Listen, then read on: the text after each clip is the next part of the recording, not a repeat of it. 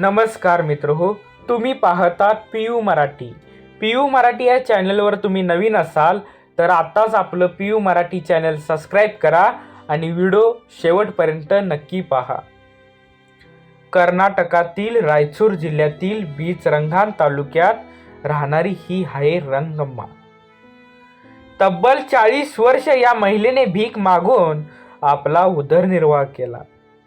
भीक मागून गावकऱ्यांच्या सहकार्याने स्वतःसाठी पत्र्याचं घर उभा केलं.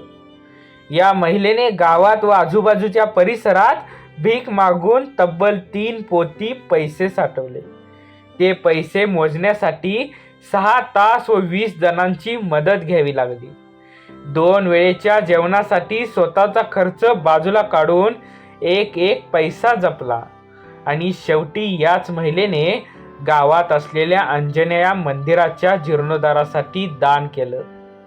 1 रुपये भीक मागून कमवलेला पैसा आपल्या मनाची श्रीमंती दाखवून आपणही समाजाला काहीतरी देणं लागतो ह्या वृत्तीने रंगम्माचं हे धाडस अनेकांसाठी प्रेरणादायी आहे. आताच आपलं पीयू मराठी चॅनल सबस्क्राईब करा, लाईक करा आणि मित्रहो शेअर करायला विसरू नका.